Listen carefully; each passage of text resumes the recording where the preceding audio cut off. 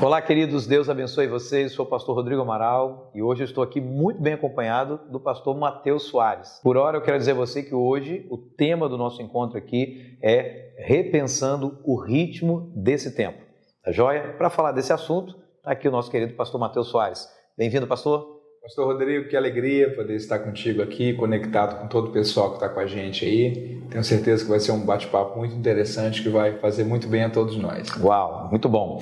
Bom, falando de repensar nesse tempo, pastor Matheus, veja só, nós estamos realmente sendo considerados uma geração pós-pandemia, né? Alguns ainda dizem que a pandemia ainda acontece, mas dados os fatos, nós estamos realmente vivendo essa geração pós-pandemia. E dentro do nosso arraial também, o arraial dos cristãos, nós também vemos os efeitos da pós-pandemia. Como é que o senhor avalia esse tempo agora?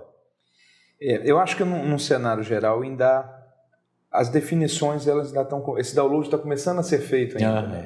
Tem talvez aquela figura de linguagem que a Bíblia utiliza do cego que antes dele ter uma visão nítida ele via as pessoas como árvores. Sim. É a ideia de que já começamos a enxergar, mas está um pouco turvo ainda. Talvez marque um pouco esse tempo da gente. A gente está começando a ter um pouco de nitidez, mas talvez tenha algumas coisas que a gente ainda não tem muito clareza sobre tudo. É um tempo que eu acho que tem gente que já voltou e já pegou um ritmo e acelerou. Okay? Eu tenho uma sensação de uma coisa. Eu acho que a pandemia fez a gente ganhar pelo menos 10 anos. Certo. Pelo menos 10 anos. Na sua ótica seria o fato de que as pessoas se deram conta de que a qualquer momento da história da vida pode não ter mais esse tempo, então elas estão tentando fazer isso contra o tempo, seria isso? Também na perspectiva do seguinte, vou te dar um exemplo. Sim. Infelizmente eu perdi a minha mãe na pandemia, em dezembro de 2020, não de Covid, mas de câncer. Certo. Mamãe, por ser do grupo de classificação de risco, ela teve um medo muito grande de que pegasse o vírus, aquilo ali matasse ela, e infelizmente isso descontrolou o emocional dela. Então as taxas de plaqueta dela baixaram, porque abaixaram, ela não conseguia tomar a quimioterapia, porque não conseguia tomar a quimioterapia, o câncer avançou. Ok? Então um efeito que foi desencadeando. Mamãe lutava com câncer há 15 anos. Todo ano a gente tinha o sentimento de talvez é o último ano da mamãe. Todo dia das mães a gente dizia, talvez é o último dia das mães que a gente passa com a mamãe. Mamãe já não tinha uma saúde boa. A gente tinha esperança que a mamãe ainda vivesse pelo menos mais 10 anos. Infelizmente, o ambiente da pandemia, tudo isso acelerou. Entendi. Nós perdemos, infelizmente, eu acho que mais de 700 mil pessoas no Brasil. E se alguém que talvez está assistindo que perdeu entes queridos, o nosso sentimento a você, que Deus conforte e fortaleça o seu coração. Mas quando a gente analisa a modo geral, a gente percebe que tem um agravante em tudo isso. Sim. A saúde do brasileiro também estava muito ruim. De fato. Ok? Fato. Então, tinha gente que tinha, às vezes, diabetes. O Covid acelerou.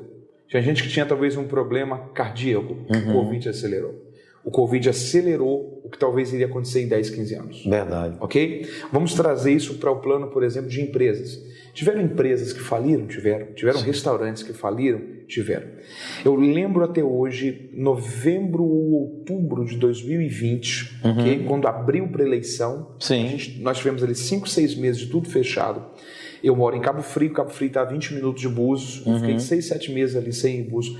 Quando eu fui em Búzios, eu lembro que nós fomos comer num restaurante, fomos almoçar ali e eu vi muito local fechado. Me assustei com aquilo ali, ok? Só que o local que nós fomos almoçar... E Búzios é conhecido realmente pelo turismo, da gastronomia. Exato, a gastronomia é a marca daquele... Só que o local que nós fomos almoçar estava cheio. Eu comecei a pensar, por que nesse tempo locais faliram e outros locais prosperaram? Sim. Pega igrejas.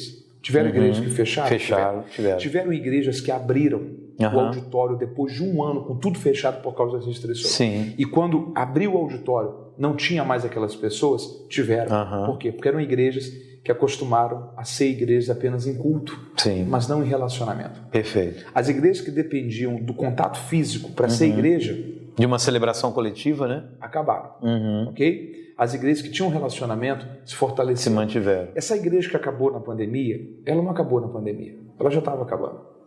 Talvez isso ia acontecer em 10, 15 anos. Então, a sua visão, e é um fato... Nós ganhamos 15 anos. A pandemia acelerou o processo. O que talvez nós iremos vivenciar em 2035, a gente começou a vivenciar em 2022. Infelizmente, dores, mas também crescimentos, desenvolvimentos. Então eu acho que no cenário geral a gente ainda está vendo homens como árvores. Sim. A gente ainda não está conseguindo ter nitidez de muita coisa, mas a gente está começando a ter o encaixar das peças e esse quebra-cabeça desse tempo tão confuso, de tanta dor, de tanto luto, mas de tantas transformações e mudanças, começa a fazer aos poucos sentido. Sim. Depois de 2, 3 anos que o epicentro desse furacão passou, que o olho desse furacão se foi. Perfeito. Então, quando a gente traz isso para a prática cristã, a gente tem um cenário de gente que melhorou muito, ok? Tem gente que desenvolveu espiritualmente nesses 2, 3 anos, o que talvez em 10 anos de fé não tinha desenvolvido. Perfeito. E é gente que talvez ia levar 10, 15 anos para chegar. Igrejas que cresceram e desenvolveram. Eu conheço amigos que saíram de 400 membros para 3 mil. Sim. Que aprenderam a trabalhar com internet. Estava todo mundo com o templo fechado, ele estava todo mundo com a qualidade de transmissão boa, com uma equipe de mídia preparada, uma equipe de música boa, com a mensagem contextualizada. O que aconteceu? Esse cara já estava pronto. Perfeito. Ele ia crescer em 15 anos aquilo. Cresceu em 2, 3. O tempo acertou. Perfeito. Só que o grande problema é o seguinte: e as pessoas que já estavam parando espiritualmente? E que de fato, né, pararam de vez. Então, qual o efeito que o senhor vê com relação a essa realidade que muitas igrejas estão vivendo, de pessoas que a pandemia cessa, mas as pessoas não retornam? Eu vou dar um exemplo de alguém que não estava parando, sim, mas se descontextualizou biblicamente por uma coisa muito parecida. Vamos lá. Tem um texto muito curioso que é Gênesis 6, Noé, ok? A experiência de Noé, ela se parece muito com a pandemia. O Noé ficou 1 ano preso dentro da arca.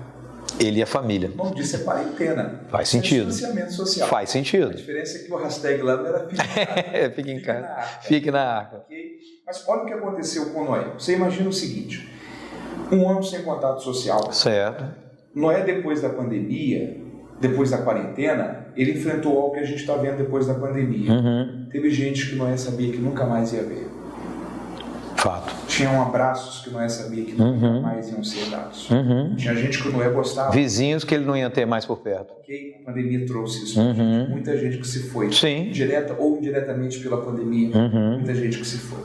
Conflitos familiares. Pastor Rodrigo, imagina esse cenário. Você tem dentro de uma arca, 1 ano preso. Uma sogra, 3 noras, 3 cunhados e 3 concunhadas. Será que deu treta algum dia dentro da Rapaz, olha, eu tenho certeza que sim, viu? Então, e eu acho que também que limpar a sujeira de animal não deve ser uma coisa muito confortável, né? Imagina se quando era a escala, né, de 100 era uma coisa, agora a escala do Jafé, por exemplo, imagina como é que ia ser, né? Um cunhado olhando para outra cunhada dizendo o seguinte: eu nunca mais quero ver outra casa. Eu tolerava lá fora. A partir de hoje eu durmo no andar de cima. Boa. A gente sair, cada um segue. Boa. Como que ele fez, por exemplo, para administrar aquilo ali? Alguém disse certa vez, né, desculpa, mas com relação à arca, comparando a igreja à arca, né? Sim. Dizendo o seguinte: se não fosse o dilúvio lá fora, ninguém aguentava o fedor do lado de dentro. Pode ser difícil aqui fora, mas lá dentro está muito pior. É muito pior. Lá fora está muito pior. Aqui dentro é um ambiente mais confortável, de segurança. Os valores que regem a casa espiritual são diferentes. Então, você imagina, por exemplo, como ele fez para administrar aquilo ali. Você tem 1 ano com animais presos, são carnívoros, ok? Como você alimenta leão? Você tem que dar carne para esse bicho. Não vem carne do lado de fora. Você faz o quê? Você pega espécies e você dá para esse leão? Se você pega espécies e você dá para o animal, talvez, a cria ou o animal que já é mais velho? São boas perguntas. Os animais terem hibernado, porque a água está abaixo da água. Sim. O compartimento onde ficavam os animais ficou abaixo do nível da água. Então há a possibilidade de ter sido hibernado esses animais. A gente não tem um cálculo para a gente parar e dizer, foi assim que aconteceu. Sim. Mas tem uma coisa que a gente pode dizer sobre o dilúvio: a rotina de Noé mudou. E eu gostaria de chamar a atenção para essa palavra: rotina. Ok. Porque quando Noé entra na arca, a Bíblia dá 3 características da gente de Noé. Noé andava com Deus, praticava a justiça e integridade. Ok? A ponto de que a Bíblia diz que Deus decidiu que ia destruir o homem, e por causa da justiça de Noé, Deus deu Noé achou graça, né? Achou graça aos olhos de Noé. E aí Gênesis 6 tem uma expressão que diz o seguinte: Deus se arrependeu de ter feito isso. Sim, e pesou-lhe no coração. Deus errou quando fez o homem, não. Arrependimento no hebraico ali é nachan, é de lamentação. Sim. Então não é Deus olhando e dizendo, fiz algo errado, mas é Deus se entristecendo e dizendo, vocês tomaram um caminho totalmente oposto do que eu prometi para vocês. Então, o arrepender ali não é a ideia, por exemplo, do grego de metanoia. Sim. É a ideia de lamentação, tristeza pelo caminho que o homem havia seguido. Perfeito. Mas o Noé que sai da arca, primeira coisa sobre esse Noé, a Bíblia diz que ele é o Noé que levanta um altar. Maravilhoso, a gente enaltece na época. Gênesis 9. Gênesis 9. Primeira coisa que ele faz, ele levanta um altar. Segunda coisa que ele faz, a Bíblia diz, plantou uma vinha, bebeu do fruto da vinha, se embriagou, ficou nu dentro da tenda. Um dos seus filhos viu ele nu, amaldiçoa a descendência desse filho. E você tem um cenário de que após esse acontecimento, a Bíblia diz que viveu Noé ainda pelo menos 350 anos, de memória. A Bíblia diz, e então Noé morreu. Peraí, alguém dessa envergadura espiritual, todo o elogio que a Bíblia dá durante 350 anos, ter levantado o altar uma única vez, é muito pouco. Ok? Qual o cenário que a gente precisa entender aqui? Tem um dado de plantação mesmo, que ele ajuda a gente a refrescar um pouco a memória sobre o que aconteceu. Para você plantar uma vinha, essa vinha crescer, passar pelo processo da poda, ter a primeira porção de frutos, esses frutos amadurecerem, serem colhidos, extrair o suco e deixar isso daqui ter o processo natural de fermentação. Fermentação, que tem que deixar adormecer. Você ter a primeira porção de vinho, da plantação até a primeira porção de vinho são 6 anos. 6 anos. 6 anos. Uau. Então o que para a gente é um versículo, para Noé foi 6 anos. 6 anos a história dele. Qual é o retrato que o Noé tem biblicamente após o dilúvio? É o Noé que dedicou um dia para o altar, 6 anos para as vinhas. Uau. É o Noé que dedicou um dia para a comunhão, 6 anos para as distrações. Nossa. O futuro de Noé foi um reflexo não de um dia de altar. O futuro de Noé foi um reflexo de 6 anos de vinho. E isso até faz uma analogia muito fantástica, porque se você aplicar isso para uma semana, o indivíduo, né, na sua grande maioria, o indivíduo cristão, na sua grande maioria, ele se reúne apenas uma vez por semana, aqui no Brasil, né? E os outros 6 dias ele está vivendo a vida dele, né? Se ele tem um dia no altar, ok? O domingo. Mas se os outros 6 dias a vida dele está totalmente desconectada de Deus, o que ele vai viver como fruto na vida dele, às vezes não é o culto que ele foi. Sim. Mas é a vida longe de Deus que ele construiu. Muito bom. Tem uma coisa muito interessante naquele texto de Maria com Jesus. Você lembra? Quando ela esquece Jesus, ela perde Jesus. Sim. Ela perde Jesus no templo. O lugar mais fácil para a gente perder Jesus é no templo. A gente esquecer no ambiente da religião. Sim. A gente sair domingo do culto e sair encontrar com Jesus domingo que vem. No outro domingo. E não levar Jesus para o casamento da gente, para a empresa, para a escola, para a forma como a gente está criando os nossos filhos, para a forma como a gente está construindo vínculo de amizade. Mas domingo que vem eu volto de novo na igreja. Exato. Eu me encontro de novo com Jesus. Mas eu deixo Jesus no templo. Eu encontro ele de novo na outra semana. Isso é incrível, Esse né? contato de 2 horas ou 4 horas, se ele não for abastecido por uma vida devocional, de comunhão, de temor a Deus, de leitura da Bíblia, de oração, ok? Sim. De reunir os filhos e orar com eles, passar esse valor, esse legado para os filhos. Tem uma coisa interessante com Timóteo e com Lloyd e Eunice. Sim. Paulo fala uma coisa. A mãe e a avó. O que habitava na sua avó habita em você, Timóteo. O que ele está dizendo isso aqui foi algo geracional. Sua avó não falhou na missão. Ela não te entregou uma religião, ela te entregou realmente um relacionamento. Uau. Então a fé tem que ser compartilhada. E quando você fala isso, pastor, também tem aquilo que o próprio Senhor Jesus falou quando ele fala da parábola do semeador, e de acordo com o diálogo que acontece entre ele e os discípulos, a pergunta dos discípulos é entender aquela parábola, e Jesus disse: se vocês não entenderem essa parábola, vocês não poderão entender nenhuma outra parábola. E aí Jesus fala da semeada à beira do caminho, que as aves vieram, e Jesus diz claramente: vem Satanás e rouba a palavra semeada no coração. Quer dizer, você já está debaixo desse peso espiritual, de receber uma palavra e ter um inimigo que é roubar essa palavra de você a todo custo. Agora imagine se você semanalmente tem esse encontro, mas esse encontro é um encontro geográfico, é só ali naquele espaço do prédio do templo. Imagina, o resultado é esse. E aí, como a gente tem, por exemplo, muita gente que são líderes de células, você mexeu na parábola do semeador, aquela parábola, Jesus trabalha ela de uma forma tão extraordinária, porque o foco da gente está na semente, ok? Certo. Um dos focos de ensino de Jesus é trabalhar o emocional do semeador. Porque esse cara, ele tem 4 semeadores. Uau. ok? Só 25% aproveita. 25, é um quarto. Ok? Um quarto. Então ele está dizendo o seguinte, ó, faça o seu trabalho, mas não desanime porque alguém não quis. Okay? Só que se coloca no olhar do semeador. Quem é que sai lançando semente à beira do caminho? Ninguém. Como é que você semeava? Você abria uma vala. Sim. Por causa você tinha preparava o terreno. Você lançava... Beira do caminho é terreno solado, socado, onde passa animal, onde as pessoas pisam. Esse semeador está lançando na beira do caminho, ele está lançando em ambiente que tem pedra. Pedregal.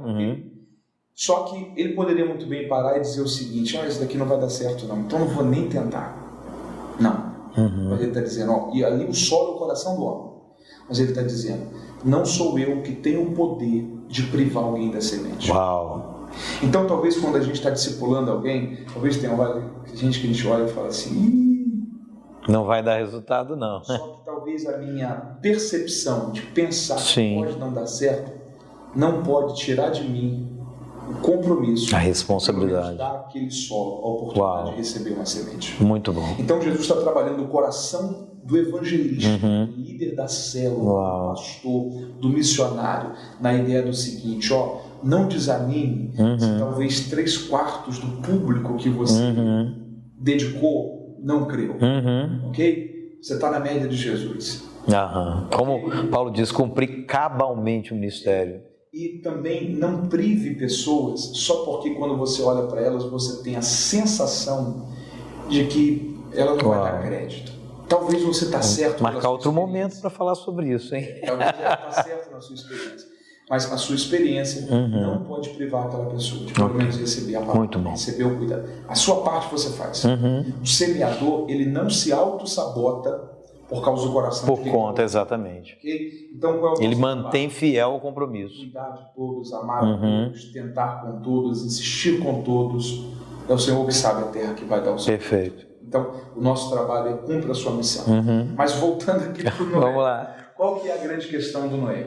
Infelizmente, o retrato que a gente tem é um Noé que toda a sua grandiosidade espiritual foi antes do dilúvio. Perfeito. O Noé de depois do dilúvio é o Noé que tem um dia para o altar, 6 anos para vir. É o Noé que se distrai. É o Noé que perde a lucidez, que perde a sobriedade. Que amaldiçoa, um terço da humanidade. Carrega o peso dessa maldição. Esse Noé aqui não tem nada a ver com o Noé, que andava com Deus, praticava a justiça e vivia em integridade. Ok. Eu só tenho uma explicação para isso daqui.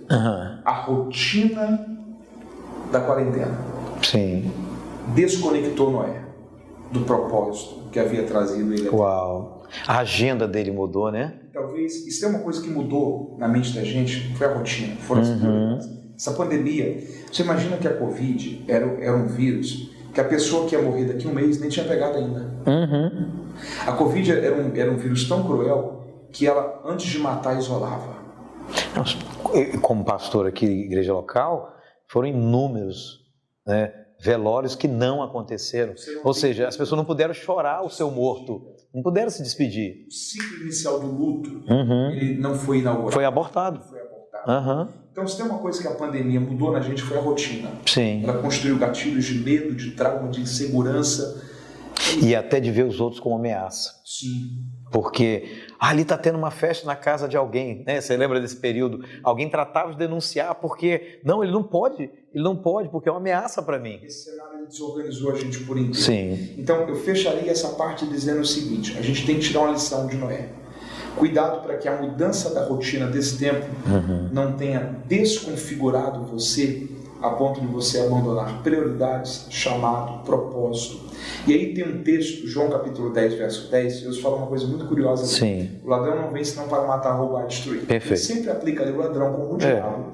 Apesar dele ser o ladrão, como Jesus já falou na parábola do semeador, mas não nesse texto. Fazer tudo que o ladrão nesse texto não é ele. Mas ali são os falsos líderes, no contexto geral que Jesus está ensinando. Só que o verbo roubar ali, o termo grego, que o texto inicialmente é escrito em grego, o texto grego ali para roubar é clepto, com K-L-E-P-T. De onde vem cleptomaníaco, né? Cleptografia, tem várias variantes. Só que a nossa versão portuguesa, a principal é João Ferreira de Almeida. A principal versão espanhola É a Reina Valera. Reina Valera, ok. A Reina Valera traduz ali como matar, furtar e destruir. Uau. Roubar é tomar à força, furtar é tomar sem que se perceba. Perfeito. Essa ideia do furtar, de tomar sem que se perceba, ela é muito curiosa, porque fala sobre muitas pessoas que perderam, mas não perceberam. Sem perceber. Ok? Então, gente que perdeu sonhos, prioridade, hábitos, ok? Gente que perdeu a alegria de viver, gente que está negociando valores que são inegociáveis, só que ainda não percebeu. E aí o problema é só um. Se você encontrasse Noé 2, 3 anos depois do dilúvio, estava tudo bem. Para ele. Se encontrasse Noé 4 anos depois, talvez os filhos dele estavam dizendo: você tem noção de quem que é o nosso pai? Deus deixou de destruir a humanidade por causa do nosso pai. Uau. Só que tem 4 anos que esse Noé trocou o altar pela vinha.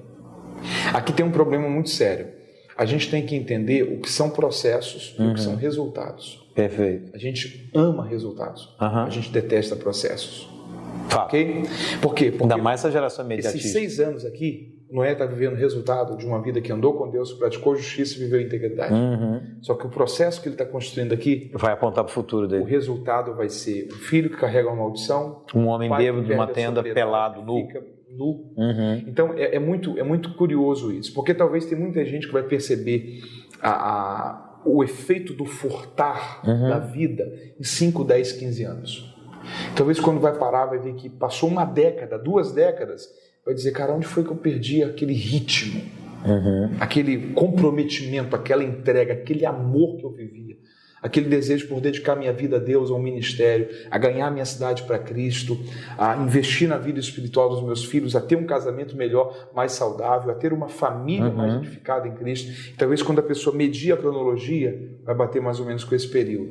Talvez a experiência de Noé, a mudança da rotina, fez a pessoa mudar prioridades e perder propósitos. E como um indivíduo tem já uma tendência a fazer uma transferência, né, de responsabilidade de culpa, ou seja, no fim, a culpa é da igreja, é do pastor, é da comunidade, é da pandemia. Ele não se vê como responsável muitas vezes. O Adão lidou com isso, né? Sim. O Adão, quando ele peca, é curioso que quando Deus falou para Adão não tocar no fruto, Eva não tinha sido nem criada ainda. Não. Então o que Eva recebe é uma informação pelo que Deus falou com Adão. Sim. Quando Deus confronta Adão, onde é que você está? Ele fala assim: Senhor, a mulher que o Senhor me deu esse fruto. Então ele está culpando Deus porque deu Eva, ele está culpando Eva porque deu fruto, mas ele não está reconhecendo o seu erro. Sim. Ele tem uma lição ali. Gente que é muito bom de transferir culpas é péssima de reconhecer erros. Boa. Então a pessoa às vezes coloca a culpa em todo mundo, no líder da célula, na esposa, no pastor, em todo mundo. Menos ele parar e falar assim: não, eu estou errando nisso. Perfeito. Então às vezes parar e fazer essa autoanálise, ok? É o que Paulo fala: examine-se o homem a si mesmo. Tem uma lógica muito curiosa ali, que é o seguinte, dentro da linguagem da medicina: biópsia e autópsia. Quem falha na biópsia, um dia enfrentará a autópsia. Uau. Quando Paulo fala examine-se o homem a si mesmo, ele está dizendo: faça uma biópsia da sua vida espiritual. Porque ele fala: muitos fracos e doentes, que muitos que dormem. Dormir ali já é morte espiritual. Autópsia espiritual. Se eu falhar na biópsia, eu vou ter que enfrentar a autópsia. Se eu falhar nesse exame, eu vou dormir espiritualmente. Se eu falhar nesse cuidado, a fé pode ser perdida. Então tem que parar para dizer por que as coisas não estão como o dia já esteve. Então a solução... Autoanálise. Autoanálise. Eu penso que sim. E aí talvez alguém pode perguntar: mas como então que a gente volta? Okay? Acho que essa é a pergunta que todo mundo quer a resposta para ela, porque tem muita gente nos acompanhando que está vivendo isso. Eu apresentaria talvez Apocalipse capítulo 2. Sim. Depois que Jesus constrói um perfil da igreja de uma forma invejável, ok? Colocava à prova falsos líderes, aqueles que se diziam ser apóstolos, que era gente que estava visitando as igrejas, dizendo que havia sido um dos 12, mas não tinha sido. Mas gente que queria privilégio, benefício, status, conforto por meio do engano. Perfeito. Vocês são perseguidos, mas não desfalecem, trabalham, mas não se cansam. Olha a qualidade espiritual dessa igreja. Aí o Senhor fala uma coisa: olha, eu tenho uma coisa contra vocês. Vocês deixaram o primeiro amor. Eu cresci ouvindo perder o primeiro amor. O texto não diz perder. Não, abandonar. Abandonar. É deixar. Perder é acidental, deixar é intencional. Sim. Isso aqui é consentimento, é negligência voluntária. Perfeito. Só que quando eles abandonam o primeiro amor, eles não conseguem também mais produzir as primeiras obras. Ok? Então tem uma conexão da qualidade do primeiro amor com primeiras obras. Porque a vida não tem a ver com aquilo que você está com vontade de fazer. A vida tem a ver com aquilo que tem que ser feito. Então volte à prática das primeiras obras.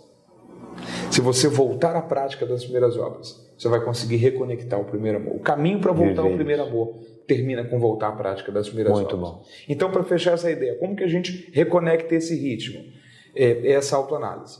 Quem está ouvindo a gente aí parar e dizer, que bom que eu ouvi isso. Muita coisa eu parei na vida. Eu deixei de ter como prioridade. Só que eu não estava percebendo. É furto, é clepto, é perder sem que se perceba. Quando eu faço essa autoanálise, é essa biópsia, para eu não chegar ao ponto de alguém fazer autópsia. Boa. Ok? Boa. Por quê? E quando eu entendi aonde foi que o princípio foi quebrado, o que eu abandonei, o que eu preciso voltar. Cara, mas eu não estou mais com a empolgação que eu estava 3, 4 anos atrás. Eu não estou mais com aquele ânimo de célula, de culto, de envolver, de crescer, de servir. A vida não tem a ver com sentimentos, tem a ver com princípios.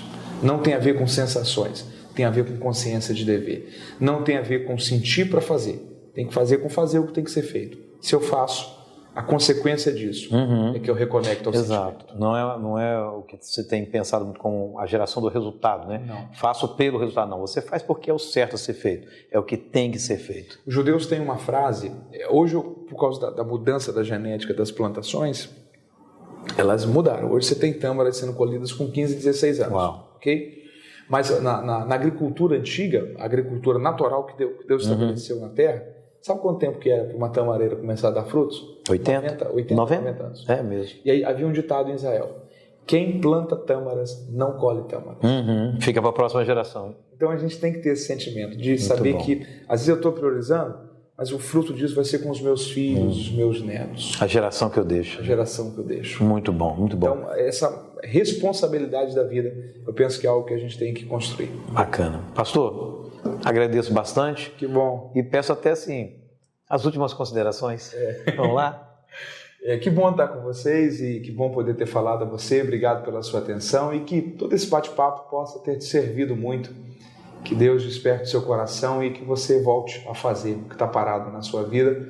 E a consequência disso será o retorno a sentir o que você um dia sentiu. Deus te abençoe em nome de Jesus. Amém. A minha oração é que você volte logo, depois de tudo que você ouviu aqui, que você coloque logo isso em prática, né? Corra, né? Com tudo isso que você recebeu, faça acontecer e tenho certeza que esse calor, esse fogo vai voltar a queimar no seu coração novamente. Deus abençoe.